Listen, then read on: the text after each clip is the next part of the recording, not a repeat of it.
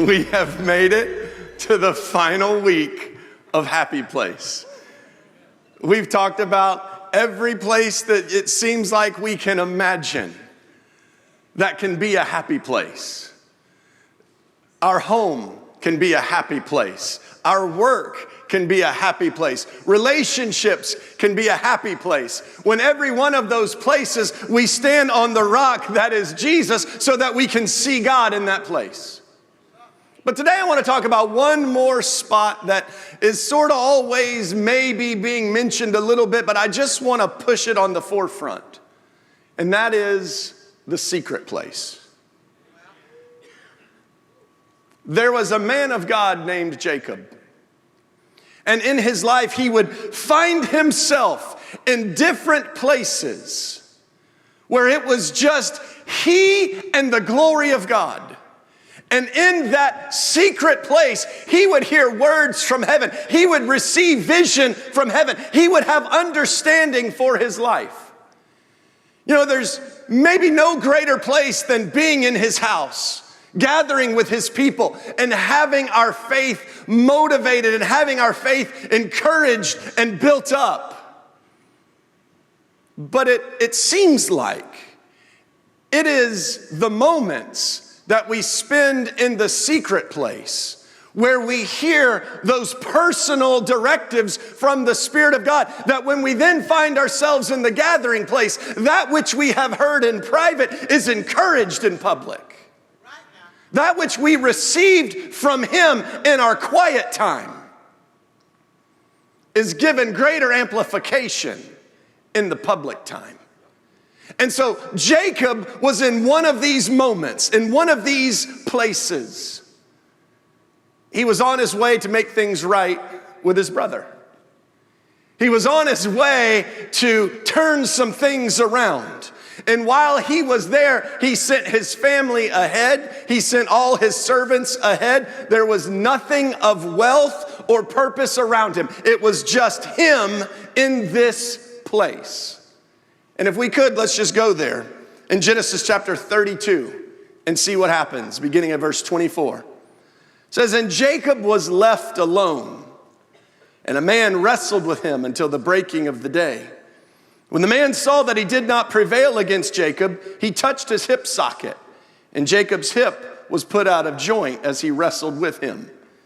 Then he said, 'Let me go, for the day has broken.' But Jacob said, 'I will not let you go unless you bless me.' And he said to him, 'What is your name?' And he said, 'Jacob.' Then he said, 'Your name shall no longer be called Jacob, but Israel, for you have striven with God and with men and have prevailed.' Then Jacob asked him, 'Please tell me your name.' But he said, 'Why is it that you ask my name?' And there he blessed him. So Jacob called the name of that place Peniel, saying, 'For I have seen God face to face, and yet my life has been delivered.'" So there he is. He's alone. He's in this quiet place. And it says that he saw God face to face. Now, in order to understand that so that we can actually pay attention to the real point of this sermon, let me just kind of push this out. There was a moment where Jesus was with his disciples, and Philip said, "Show us the Father." And Jesus said, "If you have seen me, you have seen the Father." I don't want to confuse you from week 1 where God said, "Nobody will see my face and live, but stand on the rock." Remember that one? And so now Jacob is sitting there, and at the beginning, there's this description that he's just wrestling with a man. But by the end, what did he say? "I have seen God face to face." So he understood that it was the Son of Man that he was wrestling with. In other words, he'd seen God. Remember when the 3 Hebrew children were put in a fiery furnace, and they looked and they said, "Didn't you just put 3 in?" "Yeah, we just put 3 in." Well, there's a 4th one that sort of looks like the Son of Man. So we see this moment where Jacob wrestles with God. But what I love about this is, at the beginning, he actually didn't know what was going on. At the beginning, he did not recognize God for who God was. At the beginning, he just needed to make sure, "God, is this you?" He said, "Tell me your name."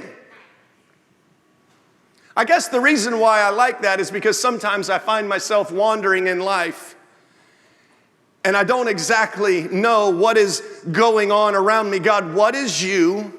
What is me? What is the world? God, where are you in the middle of all of this? Because if I know where God is in the middle of this, then I know where to align my life. But if I don't know where God is, then I will find myself aligning my life with the wrong idea. And so in the middle of this moment, Jacob does what he has to do. He says, tell me your name. I need to know who you are.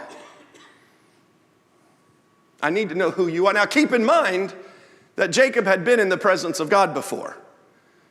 And that's why at first blush it can be a little bit confusing, as if he'd never met God before. He had met God before. Some of you that are a little late to the party, let me just catch you up on who Jacob is. Jacob had a brother named Esau. There was a blessing that was to be given to the child. Would it go to Jacob? Would it go to Esau? Isaac, a man named Isaac, was their dad. Isaac's dad was Abraham. Maybe you have heard of him. Abraham, Isaac, and Jacob. But it wasn't just Jacob, there was also Esau. And so there was a blessing, the blessing of Abraham, that was given to Isaac, and that same blessing would be given to one of his children. Who would it be given to? And so Jacob's mom knew that he was to receive the blessing, and so they did some things that made Isaac think that Jacob was Esau. And so now Jacob goes before Isaac to receive Esau's blessing. We'll explain that in a minute because it sounds really shady. The blessing of Abraham that was given to Isaac was then given to Jacob, and Esau was furious. So of course Esau, being angered, the mom then tells her son Jacob, she says, you have to go from here. Because if you stay around, life is not going to go well for you. So I want you to go back to Haran, go back to where my brother is, and look for him. And go be a part of his family. And so Jacob left his home, he left his family, he left his friends, he left what was familiar. And on his way to go to his uncle's place, he stopped off in a place called Bethel. And while he was there, all by himself, probably questioning what in the world he was doing, probably wondering what in the world just happened, having a little bit of confusion about life. For the first time in his life that we know of, he has an experience with God. And in a dream, he sees this big ladder that goes from heaven, stretching from heaven to earth. And he sees angels coming up and going down and coming up and going down. And then he hears God himself make him a promise. He said, I was with Abraham. And I was with Isaac, and I will be with you wherever you go. So go your way, and just know, before it's all over, I'm going to bring you back into this land. Now, what is fascinating about that moment is Jacob wakes up and he says, this place is awesome. For it is the gateway of heaven. He had an experience with God Almighty. He leaves that place. He goes on in confidence to the place where he is going. I think it's important for us that wherever we're going with confidence, because everybody's going somewhere, but not everyone is going somewhere on purpose. We should be going where we're going with confidence. That's what we call walking by faith. When I know why I'm going where I'm going, what I'm doing is by faith. When I have no idea, I'm just wandering around. So God spoke to Jacob so that he could go to that place in faith. Now he wanders on. He goes, he meets his uncle, he falls in love, he gets married, he has children. And now he decides that he's going to take his family and his children, and he's going to leave that place where he is. He's going to leave his uncle's place. And the Spirit of the Lord comes and speaks to him now. And he has another encounter with God.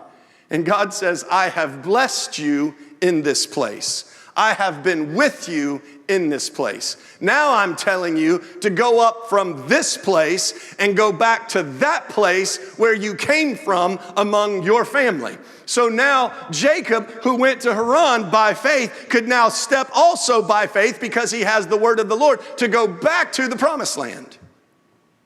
So he has seen God twice. He's had an experience with God twice. Now he's going on his way back to the promised land. But before he goes in, he realizes, I probably need to make things right with my brother. I probably need to fix this, or this isn't going to go well for me. I can't leave things the way that they are, feeling like I'm always looking over my shoulder, wondering, is he going to show up? And so on his way, just about the time he gets to the promised land, he just begins seeing angels. And he says, this is God's camp. Now, what he did when he saw angels was what? He stopped. And in that place where he stopped, he sent his family ahead. He sent his servants ahead. He sent all his stuff ahead so that he could be there in the presence of God. Why was it important for him to be in the presence of God? Because he was about to step into another place of destiny. He was about to step into another season of his life. And he wanted to make sure before he stepped out of this season and went into that season, he needed to make sure that he was going with the glory of God.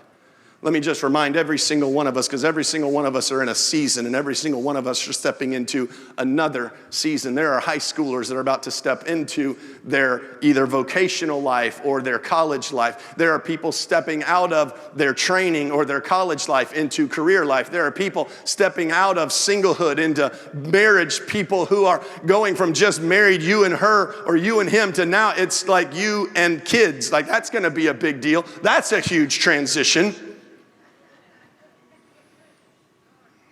Some of you have had kids in your house for many years, and now they finally are going out of the house, and it's just going to be you and your spouse. That's going to be a transition. Sometimes kids can be distracting from a miserable relationship, and now that they're gone, now what do? You fix your relationship. Why? So that you can enjoy the next season of life. So before he was going to step into that next season, he needed to have some time in the presence of God. And in that place where he had seen angels, now there is this person who is with him, and he needs to know, who are you? What is your name? Can you bless me or can't you bless me? But I need to know. We always find ourselves in a place that's unfamiliar, and we always wonder, God, where are you? And this is where we have to get into a place where we test what is around us so that we know, is it God or is it not? One of the things that sometimes is a little bit scary is when you're going out of something familiar into something unfamiliar, we want to take familiar stuff with us. But the familiar stuff doesn't work in the unfamiliar place. And so the king's armor doesn't always work. And so we're here in this spot, and Jacob now says, what is your name? Who are you? I need to test this. I need to find something out. Don't get nervous about testing. One of the things that's very frustrating at times in our generation is we've kind of lost our sense of testing. We just sort of accept everything from people that we seem to like or ideas that we seem to like, and we don't test ideas anymore, and we don't test people anymore. Let me just tell you something. People can make huge mistakes. That's why they need to be tested. We can make massive miscalculations. That's why we can retest things or test things. Everybody needs a proofreader. Everybody, every paper needs a good proofreader.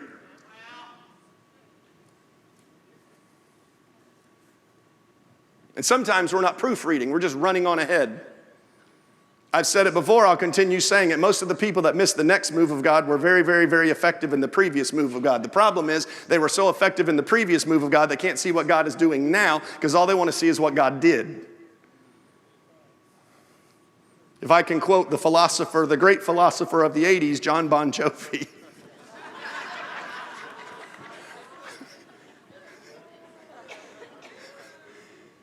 He said, I can promise you tomorrow, but I can't buy back yesterday. Like, sometimes you just have to walk on. You just move on. We see this very clearly in 1 Thessalonians chapter 5 and verse 19. By the Spirit of God, the Apostle Paul says, do not quench the Spirit. Do not despise prophecies, but test everything and hold fast what is good.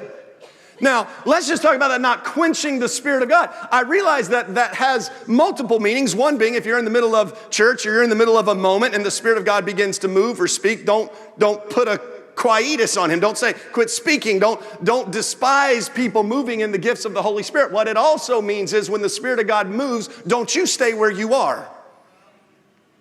If we see the movement of God even from the very beginning until now, what we see is the cloud going in multiple directions. What we see is that fire by night moving them. They went from here to there and from there to there, and we see God doing different things in different places. We see him healing blind eyes over here one way and then healing blind eyes over here a whole nother way. What if they came to this one and tried to do the same thing that they did with this one over here? Guess what would have not have happened? There would not have been sight over here. Why? Because God was moving differently in this place. Jacob wanted to know, who are you? I'm going to test who you are. I need to know who you are. You say, well, shouldn't he have known who he was? Well, let's fast forward to the New Testament. Remember when Mary, who had been with Jesus a lot, Mary Magdalene, she knew Jesus. She'd walked with Jesus.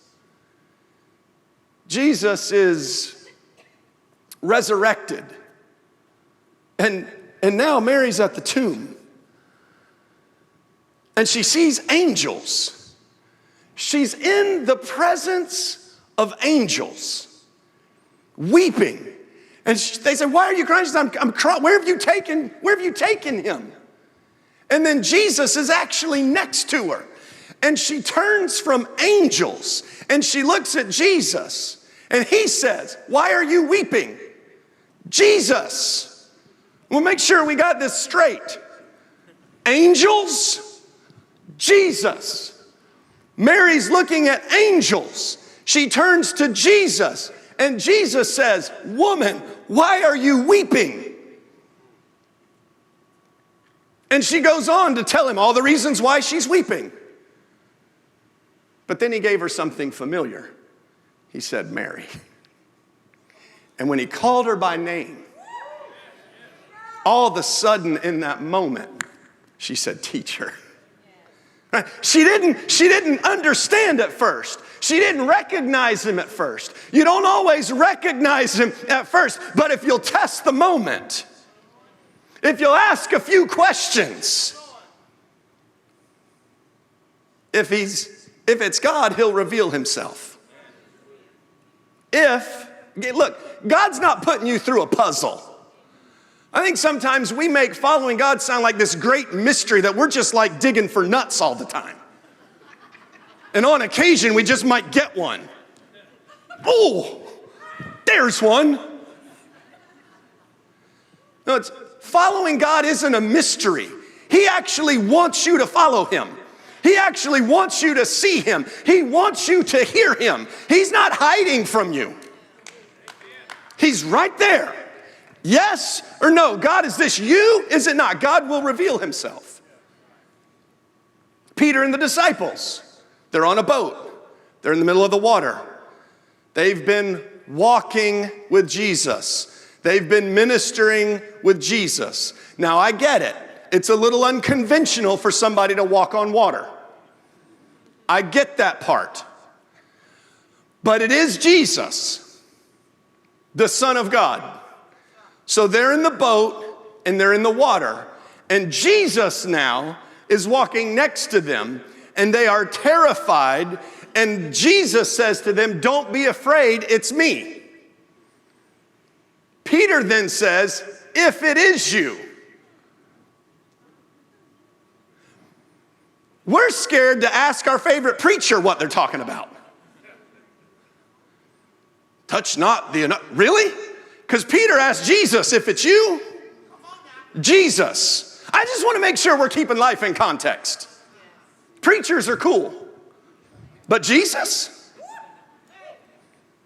Jesus, if it's you, tell me to come.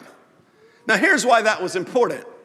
Because Peter remembered the moment where he was on the seashore and Jesus said to him, Peter, come, follow me. And I'll make you fishers of men.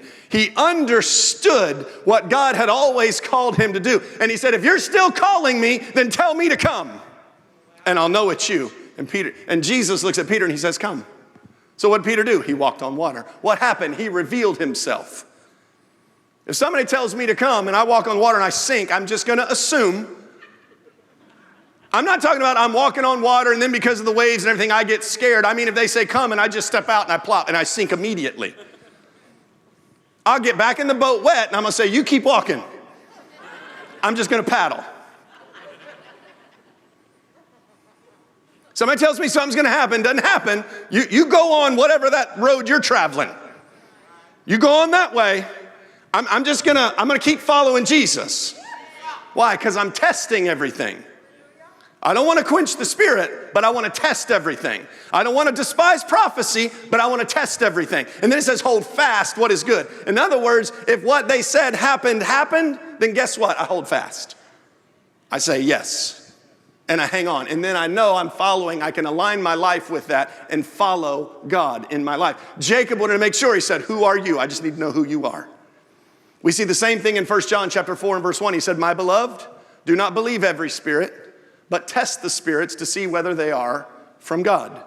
For many, that means many, a whole bunch of false prophets have gone out into the world. So there are voices whose purpose is to distract you. There are voices whose purpose is to move you outside of your purpose. There are voices who are to keep you from focusing on the thing that you need to focus on because God's over here and they want to convince you to focus over here, telling you God is this way. The problem is if God's not over here, you're not going to see anything over here and you're going to miss what he's doing over there.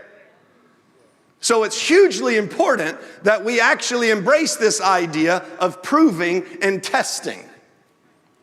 So Jacob was proving and testing because he wanted to know, who are you? He needed to know his name. It was important that he knew his name. While we're talking about prophecy, let's just go ahead and deal with this. This is kind of fun. We opened up top of the hour talking about his mom taking Jacob and sort of, deceiving the dad so that he got the blessing. But let's look at this. Let's look at what that was all based on.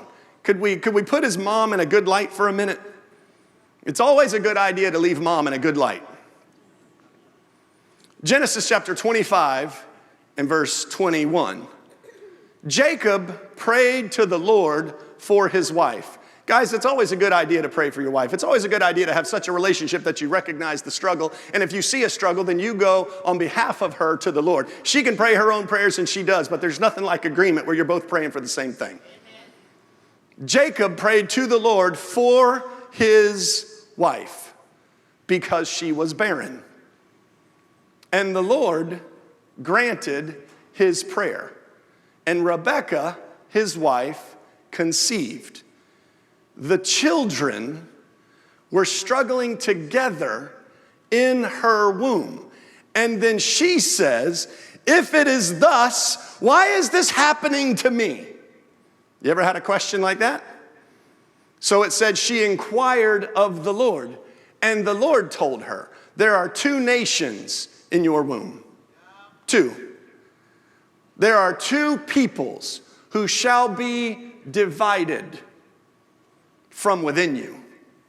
One shall be stronger than the other, and the older shall serve the younger. Now, God made that decision all by himself. We see this in Romans chapter 9 and verse 10. It says, when Rebekah conceived children with one man, our forefather Jacob, though they had not yet been born and had done nothing, either good or bad, in order that God's purpose of election might continue, not because of works, but because of him who calls. He, God, said to her, Rebekah, the older shall serve the younger. As it is written, Jacob I have loved, Esau I hated. What shall we say then? Is there injustice on God's part? And then he says, by no means. Now, when we hear this, sometimes we have all these conversations with our Presbyterian friends that just we start thinking about. And this idea of election and choice, and God chose Jacob and God hated Esau. But please understand, well, let's do the end of the story and then we'll go back, because I don't want you to sit there confused for a while. They said, what shall we say? Was there injustice on God's part? We jump ahead to verse 30. What shall we say then? What shall we say? That the Gentiles who did not pursue righteousness have attained righteousness. That is the righteousness that is by faith. So what I realize is there were two nations within her. There were the Jews and there were the Gentiles. And God had to make a choice. God had to choose somebody to bring us the law that would bring us to Christ. And somebody else had to represent the Gentile nations. There had to be Jews and there had to be Gentiles, because there had to be a law that there had to be Jesus. But what brought us to Jesus, and we got to Jesus, what happened? Now everybody gets to be saved by faith. So it wasn't about God hating Esau and loving Jacob. It was about God choosing Jacob to bring the law that would lead us to Christ, so that Jews and Gentiles would be chosen. Our question is not, am I chosen? My question is, what am I chosen for? So I know that. Now let's jump back and actually have a conversation. By prophecy, Rebekah knew that Jacob was the one who was to receive the blessing of Abraham. It's not just the blessing of Jacob. Remember, it was the blessing of Abraham. What was the blessing of Abraham? That all the nations would come to God. That was the blessing of Abraham. You turn it into Cadillacs if you want to, but the blessing of Abraham is that the Spirit of God would dwell on the inside of me. That blessing was given to Isaac. That blessing was given to Jacob. It wasn't given to Esau. Was Esau the grandson of Abraham? 100%. Was Esau the son of Isaac? 100%. What did that mean? Because there was a promise, there had to be a choice. God made that choice not by their own works, not by anything that they did. God made a choice and said, I'm going to bring my covenant through him, so that I can bring Christ to all. I have to choose. Jesus has to come through somebody.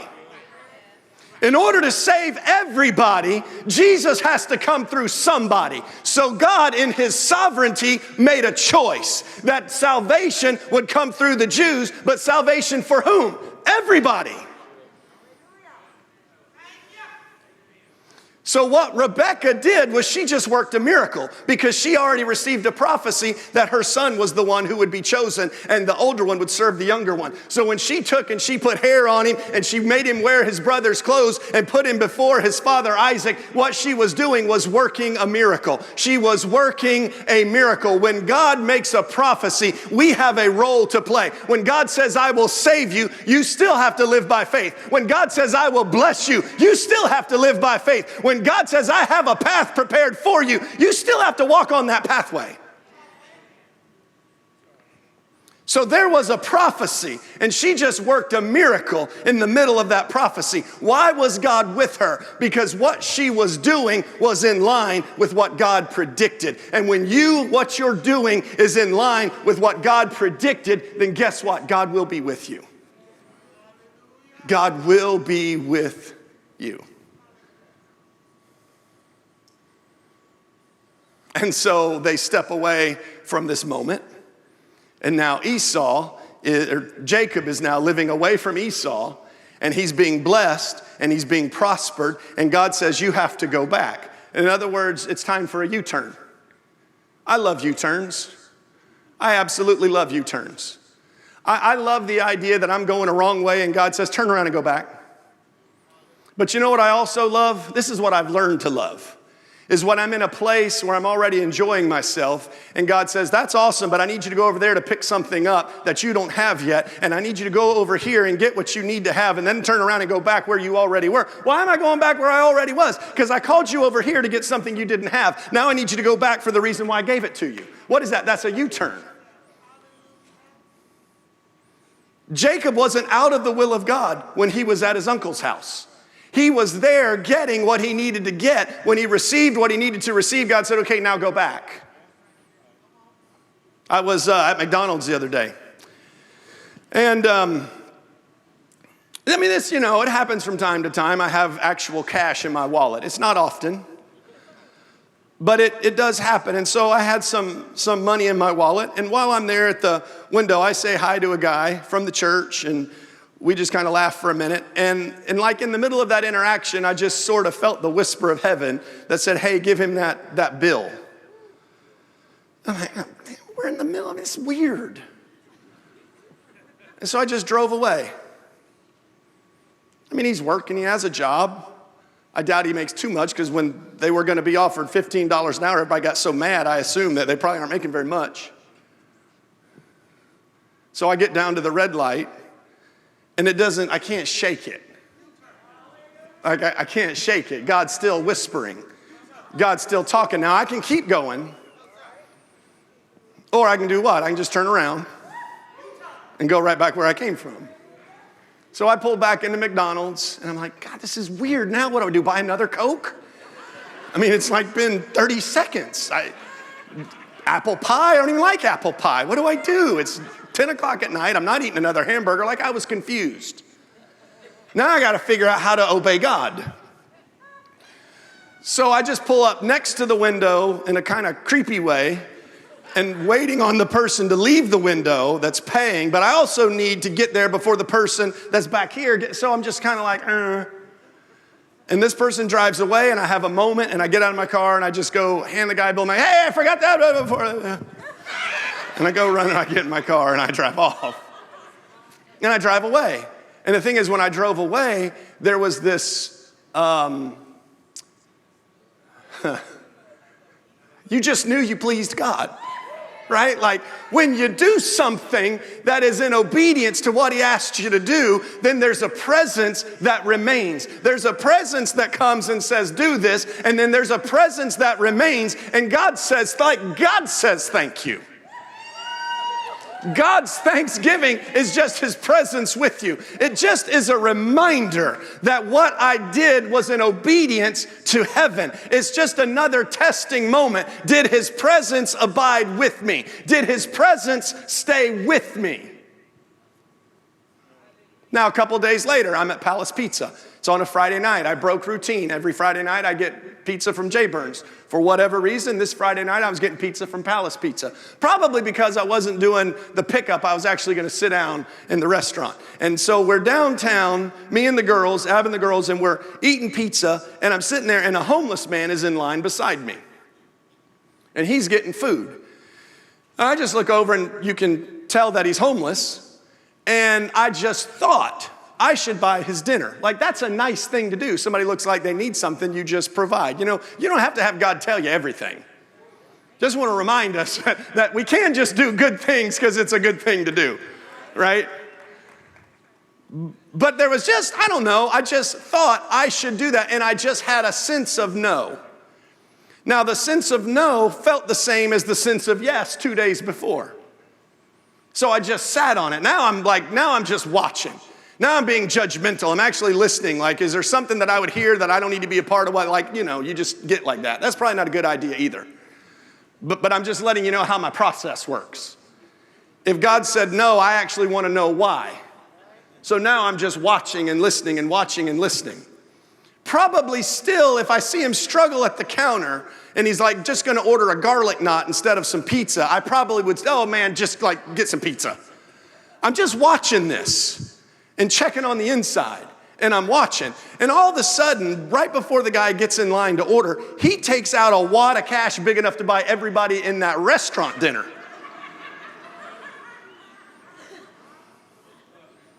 I was thinking he should buy my dinner at that point. I'm feeding these kids, and I'm like, what?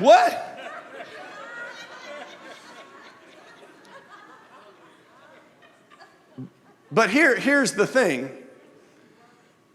I don't know whether God cared or didn't care, if I did or didn't. But I think the bigger point was showing me something.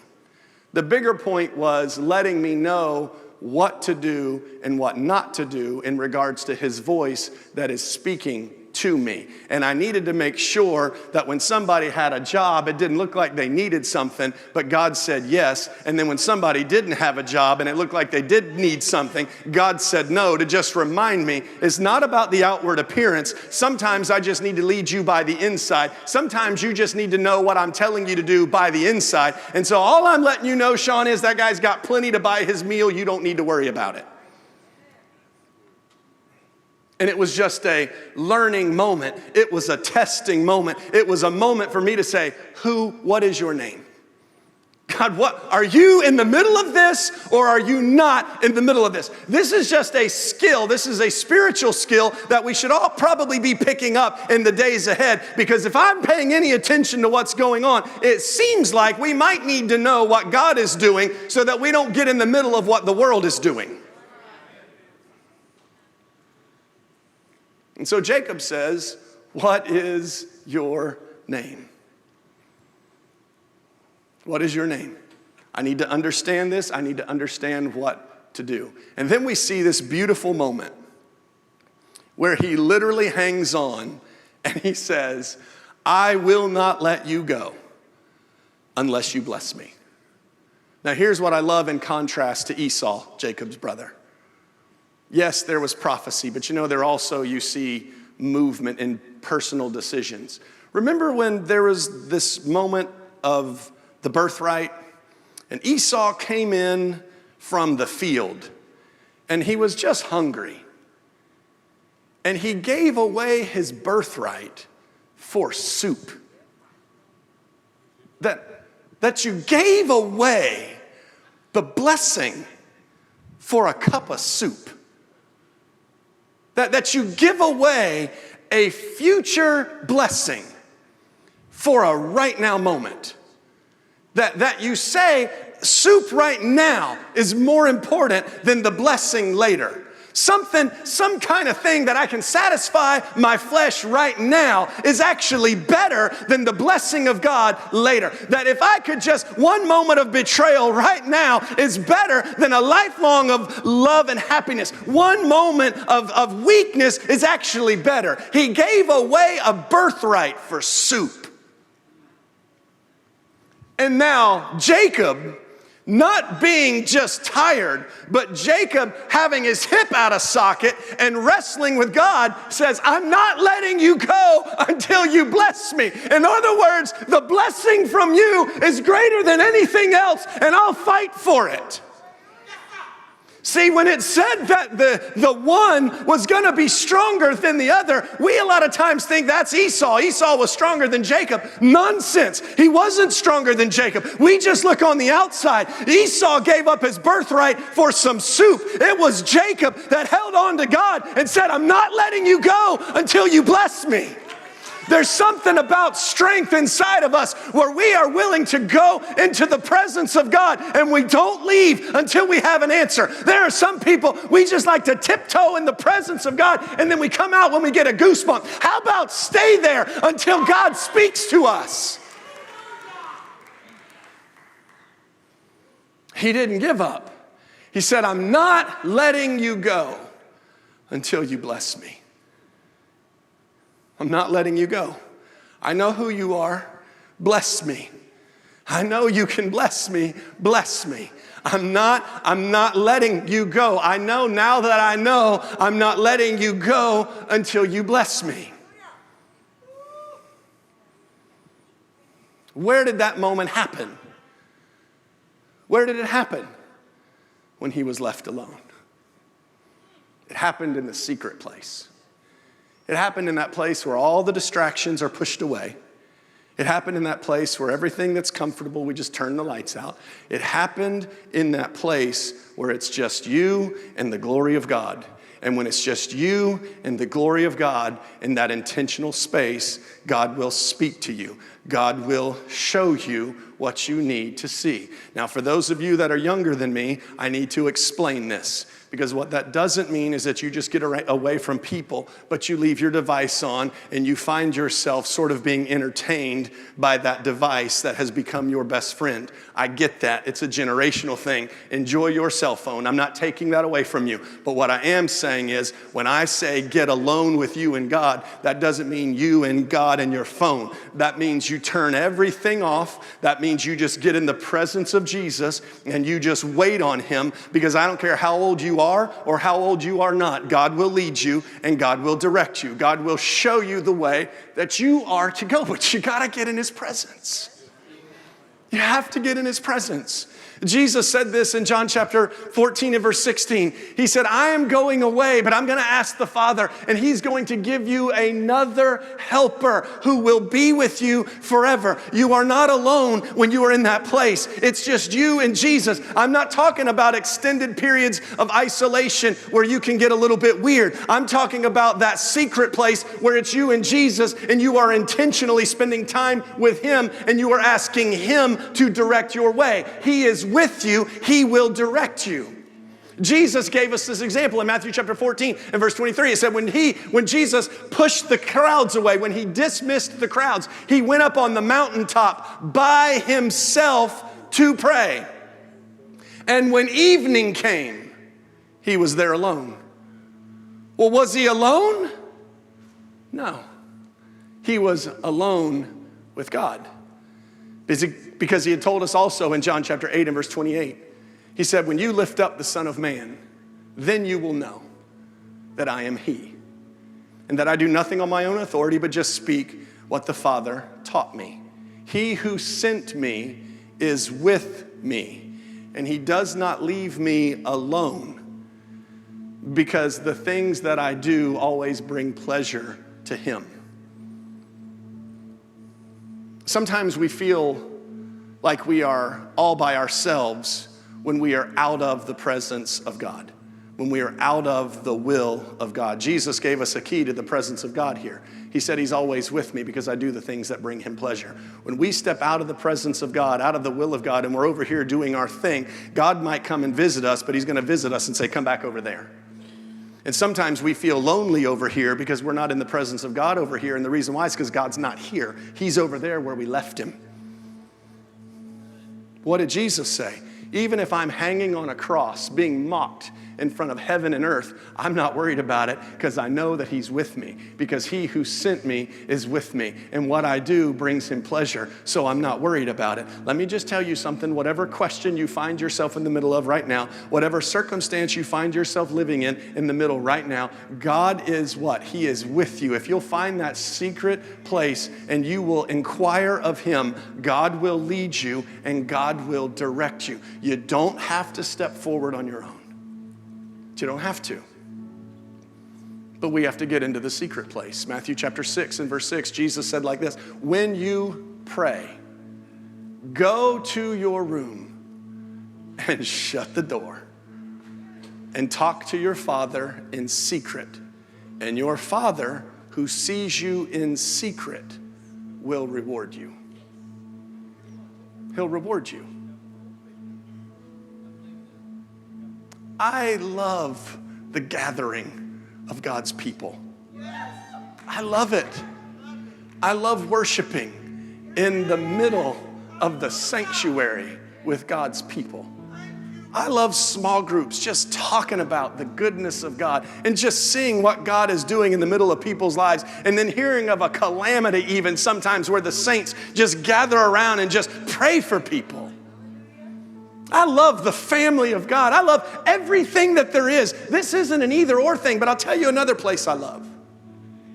I love that place when the sanctuary is empty and I just walk on this secret place right here, this thing that we call an altar that's between those who lead and those who listen. And that place where just God is, where we're all looking. I'm looking to the altar and you're looking to the altar. Where our gifts, they're not so awesome, but they're made sacred by the altar. Why is the gift that we give sacred? Not because it came from us, but because it was given at the altar. The altar makes it sacred. There's something about walking in that secret place and just praying, and all of a sudden, he just begins to give you words, and you just begin to pray about the glory of God and the glory of God and the glory glory of God and the glory of God and the power of God and the glory of God and the power of God. Why do I find myself every Sunday morning expecting, desiring the glory of God to manifest and overwhelm you? Because in the secret place, He's been whispering that phrase, the glory of God, the glory of God, the glory of God. But for the glory of God, it's in the secret place that we hear those things. And it's when I'm home and in the middle of the night, I just open that door and I go out into the pool area. I don't have a closet. I'll wake up the whole house. I go outside and I just pray and I just pray and I just pray and I just pray. And I begin to see and I begin to hear. And then I come into the sanctuary and see the manifestation of what God promised me in secret. I see it happen in public. There are some of you, you're waiting to see something, but you don't know what you're waiting to see. If you'll put yourself in the secret place, God will speak to you in that place. And what He speaks to you will build your expectation. So when you step out into the world, you know exactly what you're expecting. You know exactly what you're waiting to see. You know exactly what you're waiting for your kids to experience because He whispered it to you in the secret place. But if we never go to the secret place, how will we ever hear? How will our expectation ever build? I'm not trying to be mysterious here. I'm just trying to remind us that there is a place that is called the secret place where it's just you and God. When Jacob was alone, when he was alone, God appeared to him. And God said, hey, Jacob, no more will you be called deceiver. But you are Israel, for you are God's fighter. The blessing, the whisper was received in the secret place. May we all have such a desire to hear from heaven that we're willing to step into the secret place that we might hear Him, so that that secret place is forever our happy place.